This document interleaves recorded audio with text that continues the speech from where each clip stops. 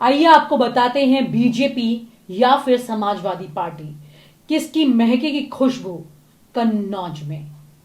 यहां पर वोटर्स का मूड क्या है। समाजवादी पार्टी 1998 से कन्नौज में जीतती आ रही है, लेकिन 2019 के चुनाव में बीजेपी ने समाजवादी पार्टी का विजय रथ रोक दिया था। इस बार इस सीट से अखिलेश यादव खुद मैदान में उतर गए हैं। अपने भतीजे तेज प्रताप का नाम पहले घोषित किया, लेकिन उसके बाद नाम बदलकर खुद कन्नौज से चुनाव लड़ने के लिए मैदान में है।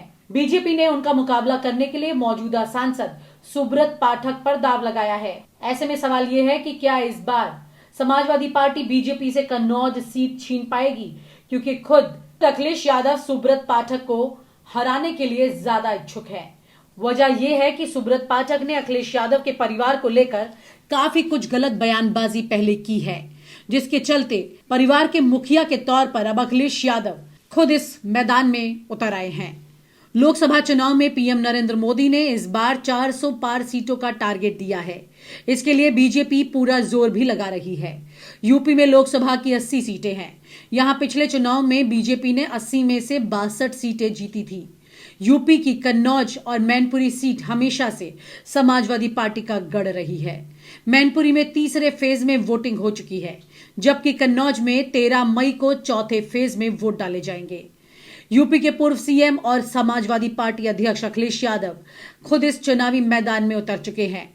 पूरे राज्य में तमाम जगह रैलियां करने के साथ साथ वो कन्नौज में भी अपने पांव मजबूत करना चाहते हैं।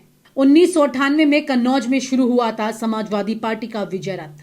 1998 में पहली बार समाजवादी पार्टी के प्रदीप यादव ने ये सीट जीती थी और सपा का रथ शुरू किया था। इसके बाद परिवार ने 1999 से 2018 तक संसद में कन्नौज सीट से प्रतिनिधित्व किया, लेकिन अखिलेश यादव ने 2000 साल में कन्नौज से चुनावी शुरुआत की।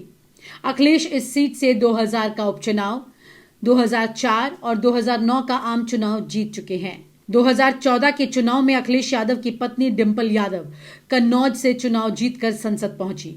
2019 के चुनाव में उन्हें बीजेपी के सुब्रत पाठक ने हरा दिया।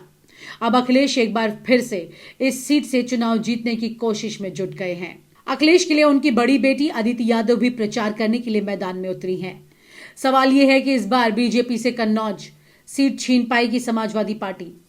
कन्नौज की जनता को अगले 5 साल बीजेपी को क्यों देने चाहिए, इस पर वहां के बीजेपी नेता देवेंद्र देव कहते हैं, निश्चित रूप से उत्तर प्रदेश को अपराध मुक्त बनाने, उत्तम प्रदेश बनाने के लिए सुब्रत पाठक को सांसद बनाना होगा। बीजेपी ने विकास कार्य किए हैं। यूपी में 7 एक्सप्रेसवे बने हैं। अभी चारों तरफ विकास है। पूरा उत्तर प्रदेश ही नहीं बल्कि विदेश को विकसित करने के लिए बीजेपी को लाना है, क्योंकि नरेंद्र मोदी पीएम बनेंगे। लेकिन क्या कहती है समाजवादी पार्टी? क्या डिंपल यादव की हार का बदला लेने के लिए अखिलेश यादव कन्नौज के मैदान में उतरे हैं? कन्नौज की जनता उन्हें वोट क्यों करे? इसके जवाब में समाजवादी पार्टी के अनिल पाल ये कहते हैं कि कन्नौज और कन्नौज में विकास के काम करने वाले भैया हमारे भैया, तुम्हारे भैया, मेडिकल कॉलेज स्कूल बनाने वाले भैया, अखिलेश भैया। अनिल पाल कहते हैं कि मेरा नेता अखिलेश यादव को भारत के संविधान से बचाने की लड़ाई लड़ रहा है, इसलिए वो चुनाव मैदान में उतरे हैं। मेरे नेता को पहली बार आवाज कन्नौज ने दी है। कन्नौज ने ही मेरे नेता को बोलना सिखाया है, मेरे नेता को चलना सिखाया है। इसी कन्नौज ने मेरे नेता को लड़ना सिखाया है। कन्नौज ने मेरे नेता को सीएम बनाया है। साथ ही ये भी बता दें कि चर्चाएं भी ये जोर पर हैं कि अखिलेश यादव अगर कन्नौज से चुनाव नहीं लड़ते तो समाजवादी पार्टी का कोई भी प्रत्याशी यहां से जीत नहीं पाता। लेकिन अब अखिलेश यादव खुद चुनावी मैदान में हैं और उन्होंने ऐसी सीट पर दाव लगाया है जिस पर पिछली बार बीजेपी थी। ऐसे में अखिलेश यादव ने इस चुनौती को खुलकर स्वीकार किया है और अब पूरा रण उनकी तरफ देख रहा है कि किस तरह से कन्नौज के मैदान में वो अपनी जीत का पताका फहराएंगे। क्या कहती है बहुजन समाज पार्टी? बहुजन समाज पार्टी के उम्मीदवार इमरान जफर कहते हैं कि ये कन्नौज के मतदाता हैं। बेशक ये किसी पार्टी के होंगे, लेकिन पहले वो मतदाता हैं। सपा ने जिस विकास की बात की है वो शहरी विकास की तस्वीरें हैं।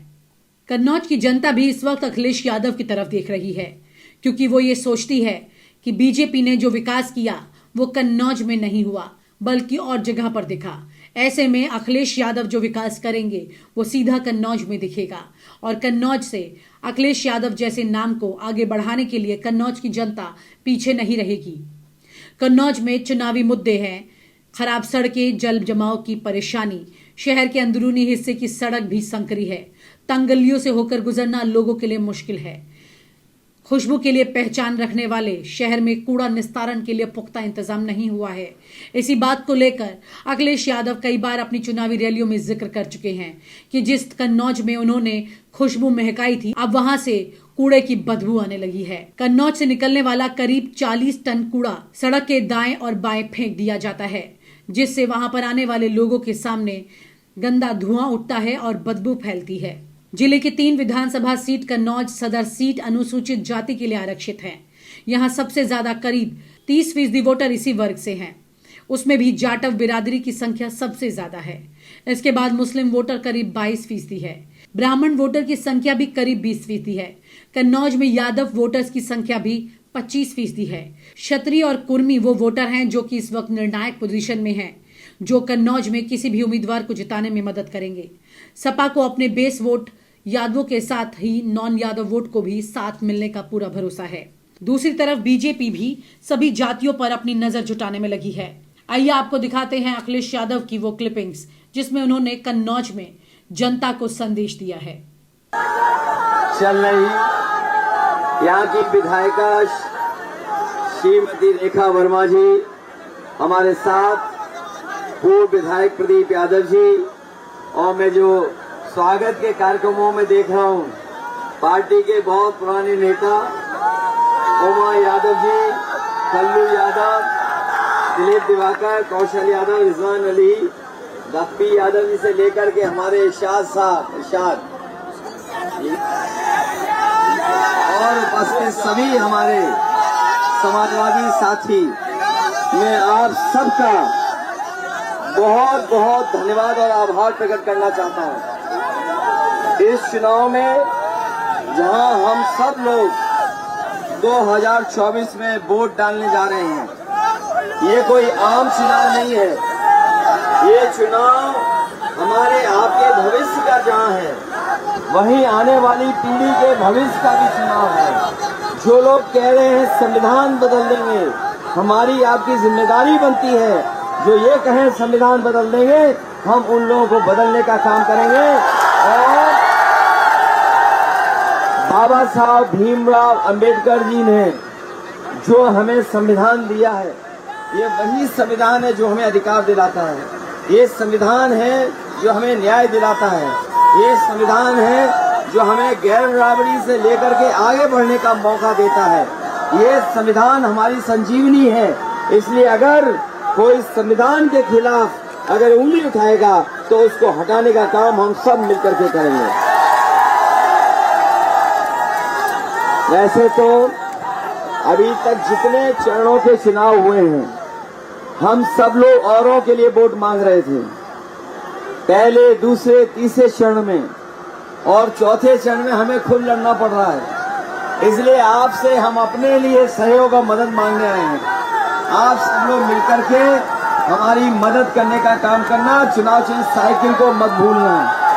यहाँ के वो लोग हैं जिन्होंने समाजवादी आंदोलन में सबसे ज्यादा योगदान दिया है। यहाँ बिधुना के लोगों ने हमेशा समाजवादी आंदोलन में बहुत बड़ा योगदान दिया है।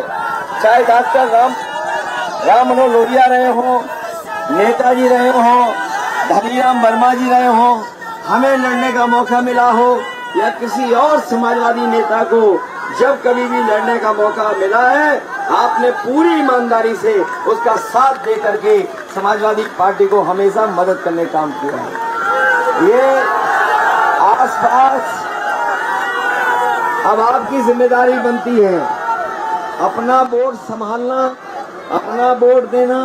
अब हम नहीं आ सकते हैं, अब पहुंच भी नहीं पाएंगे। चुनाव का आखिरी दिन है, अभी तो हम 1 महीने से चुनाव लड़ रहे हैं और 1 महीने तक और चुनाव लड़ना है।